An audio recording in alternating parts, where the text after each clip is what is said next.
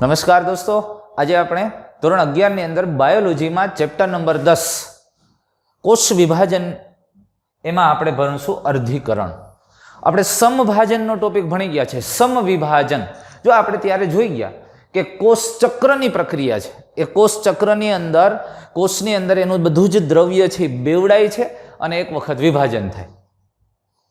હવે આ જે કોષ ચક્રની અંદર દ્રવ્ય બેવડાઈને વિભાજન થાય છે એને કોષ વિભાજન કહે. એટલે કોષ ચક્રમાં એક વખત દ્વિગુણન થાય. જે આંતરાવસ્થાવાળો તબકો, જરા ફટાફટ યાદ કરી લઈએ. જીવન તબકો, એસ તબકો, G2. જીવન તબકામાં દ્રવ્ય પ્રોટીન વગેરે બેવડાય છે. એસ તબકામાં એનું જનીન દ્રવ્ય DNA ડબલ થાય છે, બેવડાય છે. અને G2 તબકાની અંદર ફરી પાછું એમાં કેટલાક ઉત્સેચકીય ઘટકો, પ્રોટીન, ત્રાકતંતુ માટેના પ્રોટીન ને એવા બધા ઘટકોનું નિર્માણ થાય છે. અને કોષ વિભાજન, કોષ વિભાજનની પ્રક્રિયાની અંદર બે તબક્કામાં થાય: કોષ કેન્દ્ર વિભાજન અને કોષ રસ વિભાજન. કોષ કેન્દ્ર વિભાજનની પ્રક્રિયા બે પ્રકારે થાય છે. એમાં જે જનીન દ્રવ્ય છે મૂળ કોષમાં હોય તેટલું ને તેટલું રહે તો એને સમભાજન કહેવાય. એટલે કે આપણે એવી વાત કરી શકીએ, જનીન દ્રવ્ય મૂળ કોષમાં હોય તેટલું ને તેટલું રહે બે કોષોમાં, તો આને આપણે સમભાજન કહીએ છીએ. આ કોષ કેન્દ્ર વિભાજનના બે પ્રકાર છે, સમભાજન અને બીજો પ્રકાર છે અર્ધીકરણ. આજે આપણે વાત કરવાના છીએ અર્ધીકરણ. અર્ધીકરણની અંદર મૂળ કોષમાં જે જનીન દ્રવ્ય, જો અહીંયા 2n આ દ્વિકીય કોષ છે, એટલે કે આમાં રંગસૂત્ર 23 જોડ છે.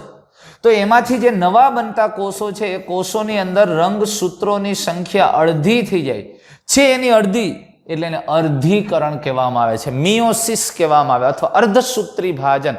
અર્ધ વત્તા સૂત્ર વત્તા ભાજન. રંગ અર્ધ એટલે અડધા, સૂત્રો એટલે રંગસૂત્રોનું અડધું થઈ જાય છે વિભાજન, એટલે એને અર્ધસૂત્રી ભાજન કહેવાય. તો આપણે અર્ધીકરણની પ્રક્રિયાની વાત આજે કરવાના છીએ. ખૂબ અગત્યનો ટોપિક છે. આ ચેપ્ટર છે નાનું અને સમજવા જેવું ટોપિક છે. નીટની અંદર ખૂબ મહત્વ ધરાવે છે, કારણ કે આમાંથી ખૂબ લોજિકલ ક્વેશ્ચન પૂછી શકાય, સમજણ ઉપર આધારિત પ્રશ્નો આમાંથી ખૂબ પૂછી શકાય એવા છે. સમજાય? તો અર્ધીકરણ શું છે એને આપણે સમજવું છે. જોઈએ અર્ધીકરણ. હવે શબ્દસહ વાત જોતા જઈએ અને પછી આપણે એકદમ વ્યવસ્થિત રીતે એને સમજશું. લિંગી પ્રજનન દ્વારા સંતતિના નિર્માણમાં બે જન્યુઓનું સંયોજન થાય. જો લિંગી પ્રજનન દ્વારા સંતતિનું નિર્માણ, સંતતિના નિર્માણમાં બે જન્યુઓનું સંયોજન જરૂરી છે. અરે ભાઈ, તો તમને ખબર છે લિંગી પ્રજનન થાય તો બે જન્યુઓના સંયોજનથી સંતતિ પેદા થાય. દાખલા તરીકે તો કે પિતા તરફથી આવતો એક શુક્રકોષ અને માતાનો અંડકોષ, આ બે જન્યુઓ છે, બે એકકીય હોય. આ બે જન્યુઓનું સંયુગ્મન થાય, આ બે જન્યુઓ ભેગા થાય અને ફલિતાંડ અથવા યુગ્મન જ બને. એટલે લિંગી પ્રજનન દ્વારા સંતતિનું નિર્માણમાં બે જન્યુઓનું સંયોજન થાય. બે જન્યુ, માદા જન્યુ અને નર જન્યુ. આ નર જન્યુ છે શુક્રકોષ અને આ માદા જન્યુ છે અંડકોષ. દરેકમાં સંપૂર્ણ એકકીય રંગસૂત્રના જૂથ હોય. આ વાતને સમજો. જો મનુષ્યની અંદર, પુરુષની અંદર 46 રંગસૂત્ર હોય માનો કે, અને સ્ત્રીની અંદર પણ 46 રંગસૂત્ર છે, તો એના જન્યુની અંદર 23 રંગસૂત્ર હોય એકકીય. 46 એ 2n છે, દ્વિકીય છે, દ્વિકીય 2n. એટલે n બરાબર કેટલા થયા? 23 થયા. એટલે 23 દુ 46, કારણ કે રંગસૂત્રની જોડ છે, તમને ખબર છે. જોજો એ 46 કેમ થાય? હવે આ 23 રંગસૂત્રો પિતા તરફથી આવ્યા અને આ 23 રંગસૂત્રો માતાના જન્યુ દ્વારા આવ્યા. એટલે અહીંયા જે ફલિતાંડ બને છે અથવા તો જે યુગ્મન જ બને છે એ 23 ને 23 એટલે 2n.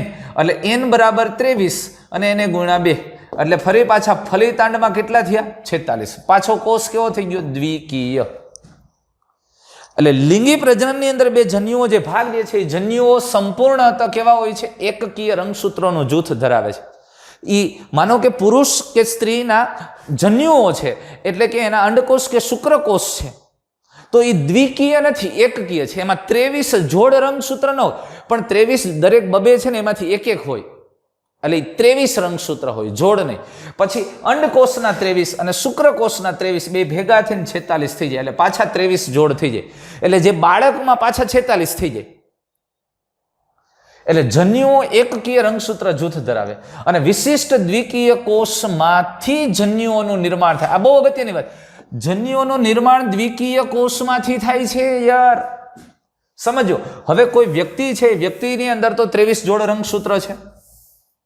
તો એ વ્યક્તિ માનો કે એ પુરુષ છે ને એની અંદર શુક્રકોષો સર્જાય છે, તો એમાંથી જ્યારે શુક્રકોષ સર્જાય એટલે કે એના નરજન્યુ છે, નરજન્યુમાં રંગસૂત્રો એના અડધા થઈ જાય.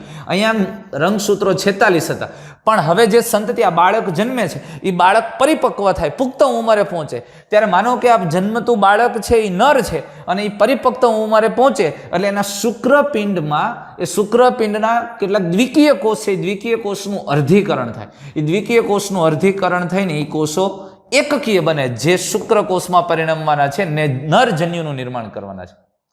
તો આ પ્રકારના વિભાજનને અર્ધીકરણ કહેવામાં આવે છે. વાત સમજાય?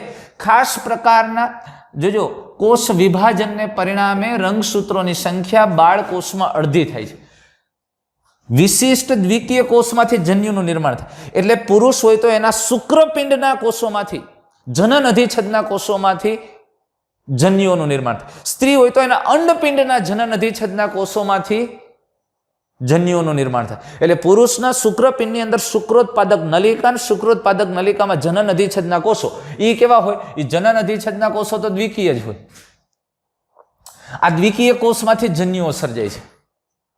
પણ કેવી રીતે? તો કે દ્વિકીય કોષમાં એક ખાસ પ્રકારના, તમે સમજો, આ ખાસ પ્રકારના કોષ વિભાજનને પરિણામે રંગસૂત્રોની સંખ્યા આમાંથી જ્યારે બાળકોષો બને ત્યારે એમાં અડધી થાય છે. એટલે કે એકકીય બાળકોષનું નિર્માણ થાય છે. અને એટલે આ પ્રકારના વિભાજનને અર્ધીકરણ કહેવામાં આવે છે. એટલે એક વસ્તુ અહીંયા સ્પષ્ટ સમજવા જેવી છે કે અર્ધીકરણ જેવું વિભાજન, સમભાજન ક્યારે થાય? જન્યુઓના નિર્માણ દરમિયાન, એટલે કે પ્રજનન કોષના નિર્માણ દરમિયાન અર્ધીકરણ થાય છે. એટલે આના ઉપરથી તમને એકદમ ક્લિયર થઈ જવું જોઈએ કે જ્યારે કોઈ પણ સજીવની અંદર જ્યારે પ્રજનન કોષનું નિર્માણ થાય ત્યારે થતું વિભાજન એ અર્ધીકરણ છે. અને પ્રજનન કોષો છે એ હંમેશા એકકીય હોય, અને કોઈ પણ સજીવના દૈહિક કોષો દ્વિકીય હોય પણ એના પ્રજનન કોષો એકકીય હોય છે, કારણ કે એના અર્ધીકરણથી સર્જાય છે. એટલે લિંગી પ્રજનન કરતા સજીવોના જીવન ચક્રમાં અર્ધીકરણ દ્વારા એકકીય અવસ્થા ઉત્પન્ન થાય છે. લિંગી પ્રજનન કરતા સજીવો પોતાનો દેહ દ્વિકીય હોય, 2n હોય, પણ એમાં ક્યારે એકકીય અવસ્થા સર્જાય? તો કે એના અર્ધીકરણથી જ્યારે પ્રજનન કોષો સર્જાય છે તેમાં અર્ધીકરણથી એકકીય અવસ્થા ઉત્પન્ન થાય. અને જ્યારે પાછું ફલન દ્વારા ફલન થાય એટલે દ્વિકીય અવસ્થા પુનઃ પ્રાપ્ત થાય. તમે જુઓ, અહીંયા 2n જ હતા, પુરુષમાં શુક્રકોષ બન્યા એટલે એ એકકીય છે, સ્ત્રીમાં અંડકોષ એકકીય છે. આ અંડકોષ અને શુક્રકોષનું સંયુગ્મન થયું એટલે કે ફલન થયું, અને ફલન થયા એટલે પાછા કેવા કોષો? દ્વિકીય અવસ્થા પાછી પ્રાપ્ત થઈ ગઈ. સમજમાં આવે છે? તો વનસ્પતિ અને પ્રાણીઓમાં જન્યુજનન દરમિયાન, અરે જન્યુજનક તબક્કો, આગલા ચેપ્ટરમાં જન્યુજનક તબક્કો યાદ કરો, જ્યાં જન્યુઓનું નિર્માણ થાય, તો આ દરમિયાન શું બને છે? અર્ધીકરણ થાય છે. અને જેના ફળ સ્વરૂપે એકકીય જન્યુઓ સર્જાય છે. એટલે કે વનસ્પતિ હોય કે પ્રાણીઓમાં જન્યુ નિર્માણ દરમિયાન અર્ધીકરણ થાય છે. પણ વનસ્પતિની અંદર સામાન્ય રીતે એવું કહેવામાં આવે છે કે એની બીજાણુજનક અવસ્થામાં અર્ધીકરણ થાય ત્યારે બીજાણુ સર્જાય, અને બીજાણુમાંથી પછી જન્યુ સર્જાય છે. પણ આપણને ટૂંકમાં માહિતી આપી છે એટલે આપણે એવું મગજમાં રાખીએ, વનસ્પતિ કે પ્રાણીઓમાં જન્યુજનન એટલે કે જ્યારે જન્યુઓનું નિર્માણ થાય, એટલે કે પ્રજનન કોષનું નિર્માણ થાય, એ પ્રજનન કોષના નિર્માણ દરમિયાન અર્ધીકરણ થાય. એટલે અર્ધીકરણ પ્રકારનું કોષ વિભાજન ક્યાં થાય? તો કે પ્રજનન કોષના નિર્માણ દરમિયાન થાય. એવું ન સમજતા કે પ્રજનન કોષોમાં થાય, ખાસ કાળજી રાખજો. અર્ધીકરણ પ્રકારનું વિભાજન પ્રજનન કોષોમાં ન થાય, પ્રજનન કોષના નિર્માણ માટે થાય, પ્રજનન કોષના સર્જનમાં થાય છે. આ મગજમાં દે. એટલે જન્યુજનન દરમિયાન અર્ધીકરણ થાય છે અને પરિણામ સ્વરૂપે એકકીય જન્યુઓ સર્જાય છે. તો આ અર્ધીકરણની બાબતની વાત કરી. હવે અર્ધીકરણની કેટલીક વિશેષતાઓની આપણે વાત કરવી છે. હવે સમજો, અર્ધીકરણમાં કોષ કેન્દ્ર તેમજ કોષ વિભાજન આ બે ક્રમિક ચક્રો સંકળાયેલા છે. એટલે ખરેખર કોષ કેન્દ્ર અને કોષ રસ વિભાજન આ બે વસ્તુ એમાં થાય જ. અહીંયા કોષ વિભાજન કરતા કોષ રસ વિભાજન બે ક્રમિક ચક્રો સતત ચાલ્યા કરતા. જેમ કે અર્ધીકરણ 1 અને અર્ધીકરણ 2. અહીંયા અર્ધીકરણની પ્રક્રિયા બે તબક્કામાં થાય છે. જોજો, સમભાજન એક જ વખત થતું હતું, પણ અર્ધીકરણમાં કોષ વિભાજનની પ્રક્રિયા બે વખત થાય છે. અર્ધીકરણ 1 અને અર્ધીકરણ 2. હવે આપણે વાત કરીએ, તમે સંભાજન વખત આવું આખું કોષ ચક્ર ભણી ગયા, યાદ છે ને? કોષ ચક્રની અંદર આ વિભાજન તબકો છે, એમ તબકો જેને કહીએ આપણે. હવે એની અંદર આ આંતરાવસ્થા, આંતરાવસ્થાની અંદર શરૂઆતનો તબકો G1, ત્યાર પછી S અને ત્યાર પછી G2 તબકો. આ વિભાજન તબકો છે. હવે વિભાજન તબકા દરમિયાન સમભાજનની અંદર એમ જ થતું હતું, પૂર્વાવસ્થા, ભાજનાવસ્થા, ભાજનોત્તરાવસ્થા, અંત્યાવસ્થા, વાત પૂરી. પૂર્વાવસ્થા, ભાજનાવસ્થા, ભાજનોત્તર અને અંત્યાવસ્થા, અને છેલ્લે કોષરસ વિભાજન થઈ જાય. પણ અર્ધીકરણની પ્રક્રિયાની વાત કરીએ છીએ આપણે. હવે જોજો, સમજો વાતને સમજો. અર્ધીકરણની પ્રક્રિયાની વાત કરીએ છીએ તો અર્ધીકરણ 2.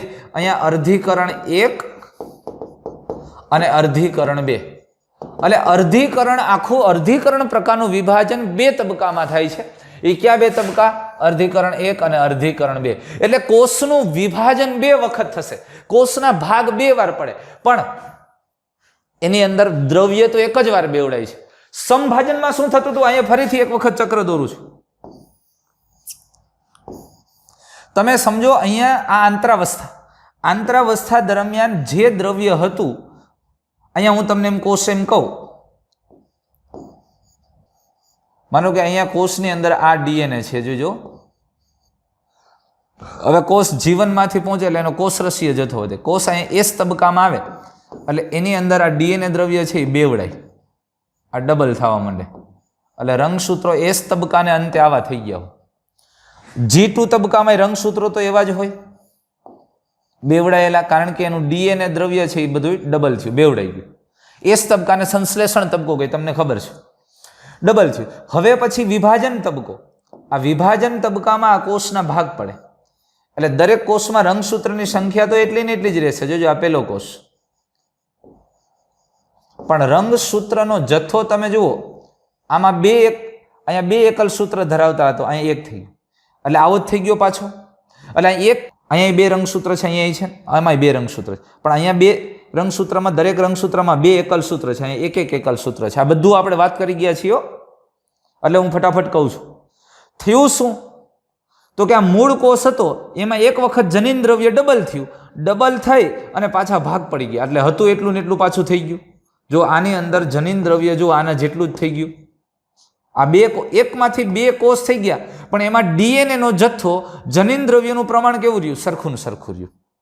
શું કરવાને? અહીંયા જે DNA હતું એક વખત ડબલ થયું, ડબલ થઈને પાછા 2 ભાગ થયા, એટલે હતું એટલું ને એટલું 2 કોષમાં થઈ ગયું.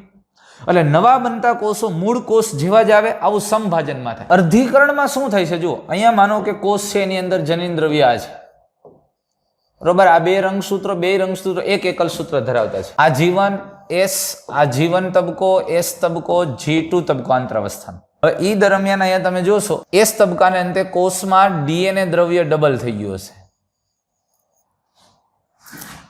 હવે અર્ધીકરણ છે એટલે પરિસ્થિતિ એવી થશે કે અહીંયા 2 વખત કોષ વિભાજન થાય. જો G2 અવસ્થામાં કોષ તો આ જ તબકામાં હશે, જનીન દ્રવ્ય બધું બેવડાયેલું, 2 રંગસૂત્રો. હવે અર્ધીકરણ 1 થાય, ત્યારે અહીંયા 2 કોષો બને, 2 કોષમાંથી 1 રંગસૂત્ર આખું આવી જાય. પાછું અર્ધીકરણ 2 થાય એટલે 2 ના 4 કોષ બને. ખરેખર કોષ કેટલા બને છે? 4. અર્ધીકરણ 2 ને અંતે, અને આ બધામાં 1 રંગસૂત્ર હોય. એટલે થયું શું? ડબલ 1 વખત થયું અને ભાગ 2 વખત થયા. એટલે મૂળ કોષ હતો, જે આ મૂળ કોષ હતો એના કરતા નવા બનતા કોષમાં રંગસૂત્ર કેવું થઈ ગયું? અડધું. એટલે અર્ધીકરણની અંદર પણ આંતરાવસ્થા તો એક જ વખત આવે અને એમાં S તબકો એક જ વખત આવે, એટલે એનું સ્વયંજનન એક જ વખત થાય છે દોસ્ત. અર્ધીકરણની અંદર એ સ્વયંજનન તો એક જ વખત થાય છે, પણ એનું વિભાજન 2 વખત થાય. અને રંગસૂત્ર એટલે કે DNA નું સ્વયંજનન એક જ વખત થાય. એ કયા તબકામાં? S તબકાની અંદર. S તબકામાં માતૃ રંગસૂત્ર છે એ સ્વયંજનનથી ઉદ્ભવતી 2 સમરૂપ લાક્ષણિક રંગસૂત્રિકાઓ નિર્માણ પામે. એટલે અહીંયા 1 રંગસૂત્રિકા હતી, 2 માં ફેરવાઈ જાય અને જનીન દ્રવ્ય DNA છે એ ડબલ થઈ જાય છે. અને શરૂઆતમાં અર્ધીકરણની અંદર તમે જો ને તો શરૂઆતમાં આવી આ રંગસૂત્રો છે એ બધા ભેગા થાય. અર્ધીકરણ દરમિયાન સમજાત રંગસૂત્રોની જોડીઓ બને છે, એ આપણે હમણાં ભણશું. એ પેકાઇટીની અવસ્થામાં એમાં ડિટેલમાં જશું, અત્યારે જવાની જરૂર નથી.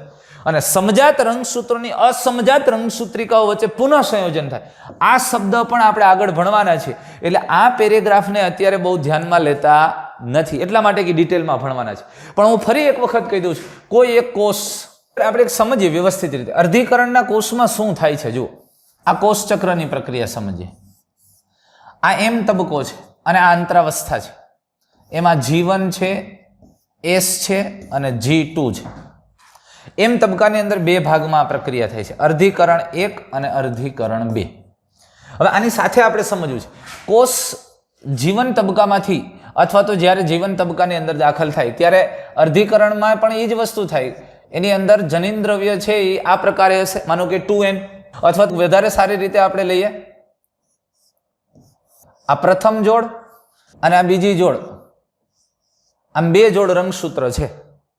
હવે આ અર્ધીકરણ પામે છે એટલે આ કોષ છે એ કોષ આંતરાવસ્થામાં G1, S અને G2, પણ S તબક્કાની અંદર એ DNA છે એ DNA દ્રવ્ય ડબલ થશે. એટલે જોજો આ DNA નો જથ્થો છે એ DNA માં એક એકલ સૂત્ર ધરાવતું રંગસૂત્ર હતું એ બબે એકલ સૂત્ર ધરાવતા રંગસૂત્રમાં ફેરવાશે. એટલે આ બધો DNA નો જથ્થો છે એ ડબલ થશે. DNA બેવડે S તબક્કાની અંદર.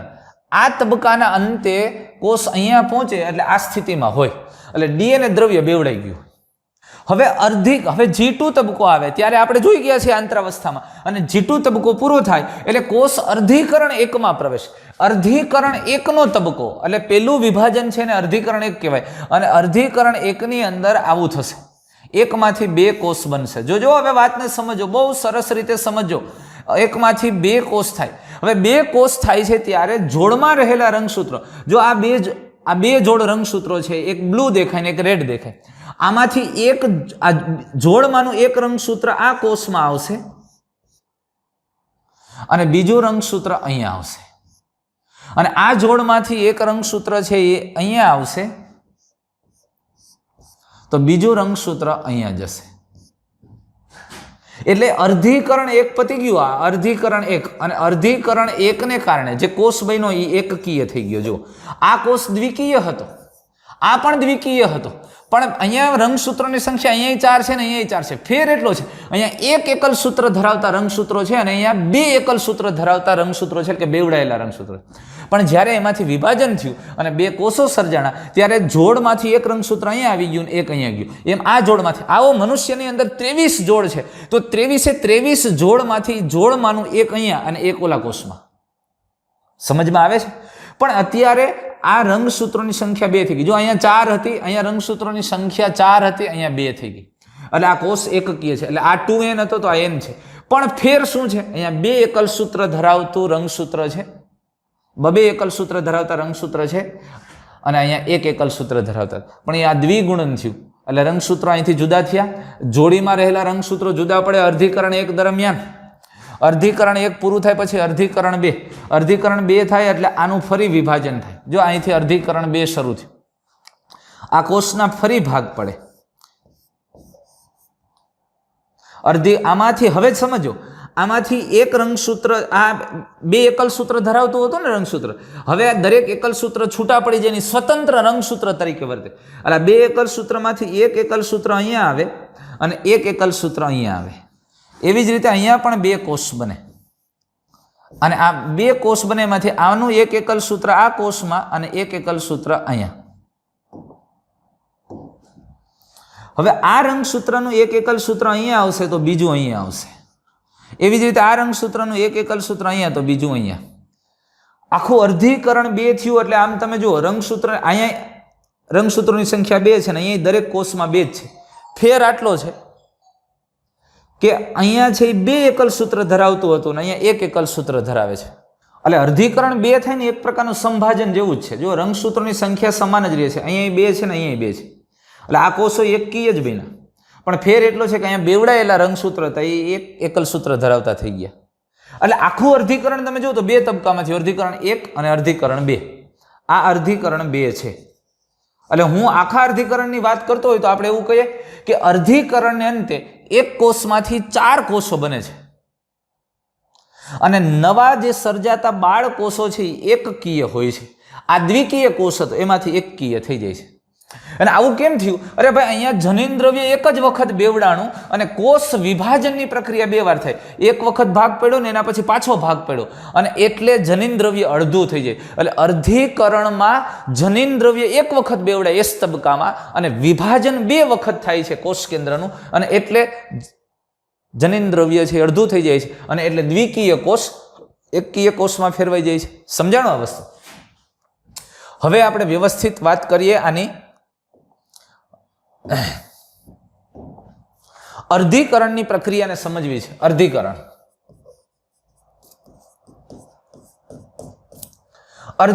2 તબક્કામાં થાય છે.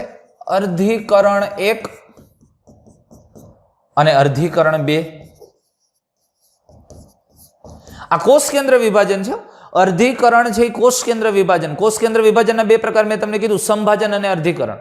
અને કોષરસ વિભાજન 2 માં થાય જ. હવે અર્ધીકરણ 1 એ ફરી 4 તબક્કાઓમાં થાય. અર્ધીકરણ 1 ની અંદર તો કે જેમ સમભાજનમાં થતું હતું એવી જ પૂર્વાવસ્થા 1, ભાજનાવસ્થા 1, ભાજનોત્તરાવસ્થા 1,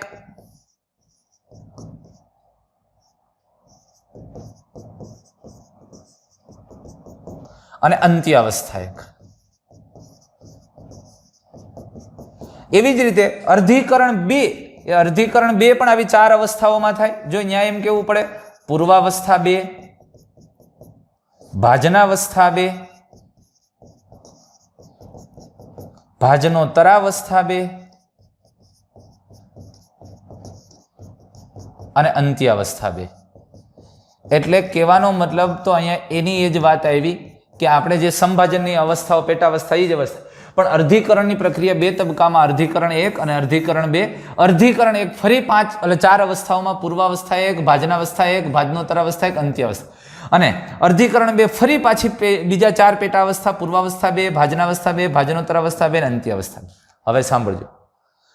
હવે અર્ધીકરણ 1, અર્ધીકરણ 2 બધી સળંગ પ્રક્રિયા છે. એમાં અર્ધીકરણ 1 વધારે લાંબો તબક્કો છે અને અર્ધીકરણ 1 ની પ્રક્રિયામાં પૂર્વાવસ્થા છે એ ખૂબ લાંબી અવસ્થા છે. પૂર્વાવસ્થા 1 એ ખૂબ લાંબી અવસ્થા અને એટલે એ પૂર્વાવસ્થા 1 ને ફરી 5 પેટા અવસ્થામાં વિભાજિત કરવામાં આવે છે. પૂર્વાવસ્થા 1 ને ફરી 5 પેટા અવસ્થાની અંદર વિભાજિત કરવામાં આવે છે.